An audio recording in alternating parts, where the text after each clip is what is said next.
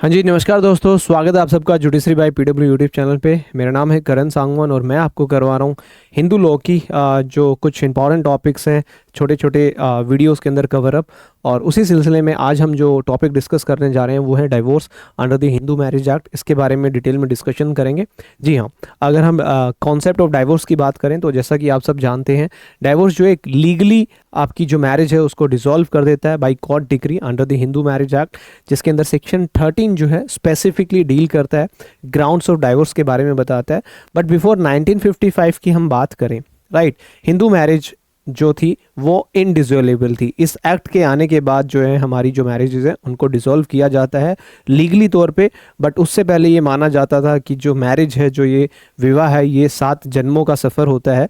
But 1955 के बाद से, जब से ये हिंदू मैरिज एक्ट आया है, तब से हमारी जो मैरिजेज हैं उनको डिसॉल्व भी किया जा सकता है। तो यही एक्ट था जो हिंदू मैरिज एक्ट था। इसने इंट्रोड्यूस किया, स्टैट्यूटरी डाइवोर्स इंट्रोड्यूस किया यहाँ पे, राइट। और बताया गया कि आप हिंदू मैरिज एक्ट के अकॉर्डिंग जो है आप जो है डाइवोर्स की डिग्री ले सकते हो, अपनी मैरिज को डिसॉल्व कर सकते हो ऑन लीगल ग्राउंड्स जो इसके अंदर मेंशन किए गए हैं। और क्लियरली ये भी कहा गया कि डाइवोर्स जो है परमानेंटली एंड कर देता है जो आपके मैरिटल रिलेशनशिप है, एंड अलाउ करता है पार्टीज को कि आप दोबारा से किसी और से विवाह कर सकते हो लीगली तौर पे। बात करें रेलिवेंट प्रोविजंस कौन कौन से हिंदू मैरिज एक्ट के अंदर, तो सेक्शन 13 जो ग्राउंड्स ऑफ डाइवोर्स की बात करता है, both spouse husband and wife दोनों को प्रोवाइड करता है। सेक्शन 13 सबसेक्शन 1 है, यहाँ पे कुछ एडिशनल ग्राउंड्स प्रोवाइड किए गए हैं डाइवोर्स आफ्टर जुडिशियल सेपरेशन और restitution of conjugal right. Section 13 subsection 2 की बात करें तो ये स्पेशल ग्राउंड्स प्रोवाइड करता है ओनली अवेलेबल टू वाइफ, जो सिर्फ वाइफ को अवेलेबल है। और section 13B very important, divorce by mutual consent. ये काफ़ी इंपॉर्टेंट कॉन्सेप्ट है, नंबर ऑफ टाइम आपके जुडिशियल सर्विसेज एग्जाम्स में पूछा जाता है, चाहे प्री की बात करें चाहे मेंस की बात करें। बात करें ग्राउंड्स ऑफ डाइवोर्स क्या है अंडर सेक्शन 13 जो अवेलेबल है हस्बैंड को भी वाइफ को भी एज पर सबसेक्शन 1। जी हाँ, देखिए, अडल्ट्री एक बहुत बड़ा ग्राउंड है, ऑफेंस नहीं है आज के टाइम पे आईपीसी में या भारतीय न्याय संहिता में बात करें, this is not an offence. But आज भी ये डाइवोर्स का ग्राउंड है, जिसको हम बोलते हैं voluntarily sexual intercourse with someone other than this spouse. Husband जैसे having a physical relationship with another woman, सबसे फेमस केसेस के ऊपर दास्ताने वर्सेस दास्ताने, जिसके अंदर प्रूफ ऑफ अडल्ट्री जो है बड़ा क्लियर और कन्विंसिंग होना चाहिए, तभी कोर्ट जो है इसको ग्राउंड कंसीडर करते हुए डाइवोर्स देती है। Cruelty very famous ground, physical और mental harassment, making cohabitation unbearable, जहाँ कांस्टेंट अब्यूजिव लैंग्वेज यूज़ की जा रही है, फिजिकल वायलेंस किया जा रहा है। सबसे फेमस केस है समर घोष वर्सेस जया घोष, ये ग्राउंड्स हैं। डेजर्शन 2 ईयर्स, जी हाँ, जब एक स्पाउस दूसरे स्पाउस को छोड़ के चला जाता है बिना किसी रीजनेबल कोज के फॉर 2 कॉन्टिन्यूस ईयर्स, जैसे वाइफ अगर अपने हस्बैंड को छोड़ देती है और रिफ्यूज़ करती है to return without any genuine reason, तो हम उसको बोलते हैं डेजर्शन।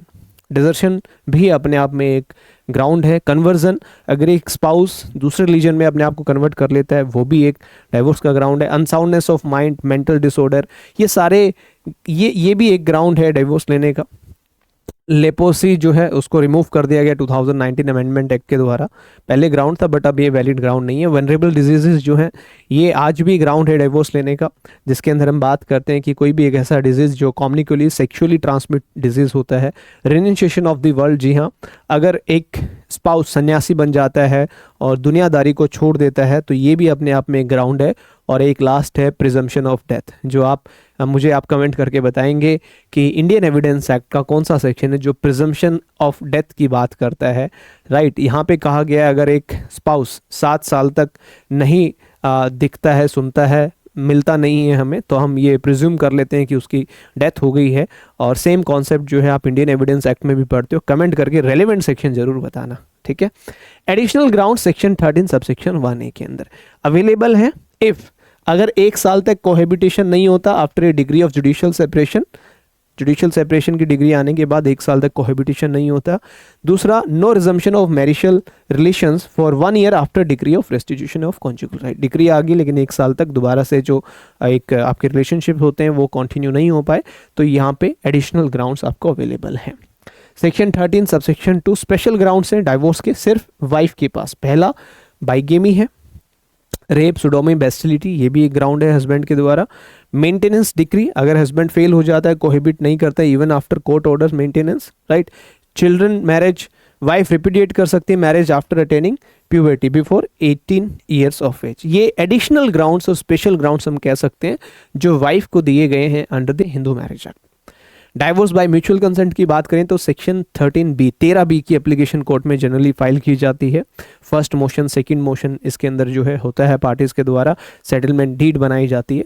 तो दोनों पार्टी जब एग्री करती हैं कि भाई हमें हमारी जो मैरिज है उसको डिसॉल्व करना है, ख़त्म करना है फाइनली, तो वो सेपरेटली रहने एटलीस्ट 1 ईयर तक अलग अलग रहें, फिर वो जॉइंट पिटीशन कोर्ट में फाइल करती हैं और एक कूलिंग ऑफ पीरियड होता है, right. After cooling of period court जो है डाइवोर्स उनको ग्रांट कर देती है। फेमस केस है Amardeep Singh versus Harveen Kaur. Supreme court ने कहा 6 मंथ्स का जो कूलिंग ऑफ पीरियड है वो मैंडेटरी नहीं है इन ऑल केसेस। ज़रूरी नहीं है कि हर केस में 6 महीने का वेट करना पड़ेगा पार्टीज़ को।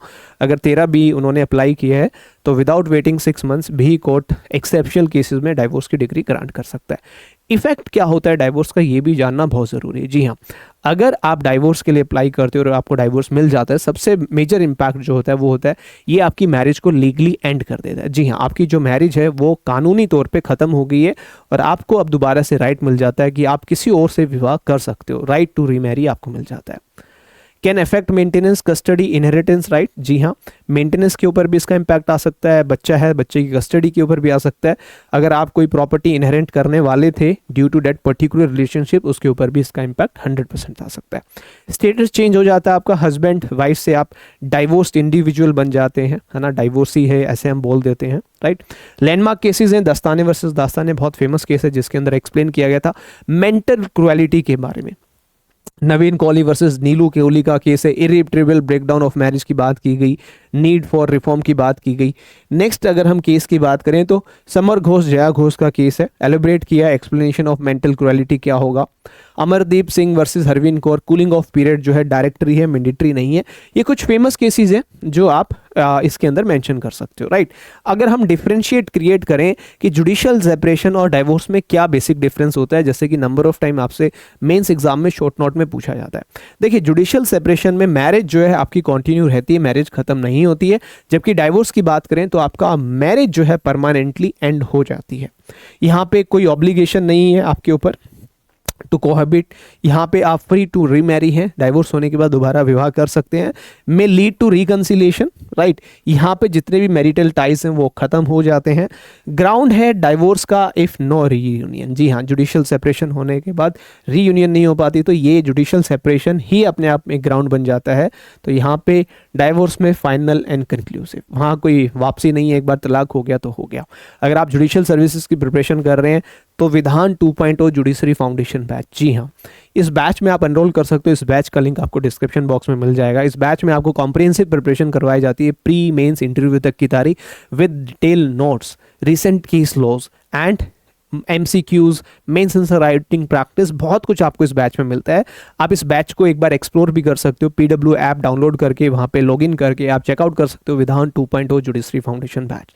और इस बैच में एनरोल करने के लिए लिंक डिस्क्रिप्शन बॉक्स में मिल जाएगा। फीस जो है बहुत मिनिमम फीस है 19,999, मतलब जिसके अंदर आपको 15 to 18 मंथ्स का जो कोर्स है वो मिलने वाला है, जिसके अंदर आपकी कॉम्प्रिहेंसिव प्रिपरेशन जो है आपको करवाई जाएगी। आपको सुनिश्चित किया जाएगा कि आपका जो जज बनने का सपना है वो इस बैच से आपका संपूर्ण और साकार हो सके। मिलेंगे नेक्स्ट वीडियो में, तब तक के लिए सत्यमेव जयते। ऐसे ही हमारी ये वीडियोस जो है हिंदू लॉ के ऊपर आती रहेंगी, इंडिविजुअल टॉपिक्स के ऊपर। देखते रहिए और नीचे कमेंट करते रहिए अगर आपको ये वीडियोस अच्छी लगती है। Thank you so much, bye bye, take care, see you in the next video. Thank you.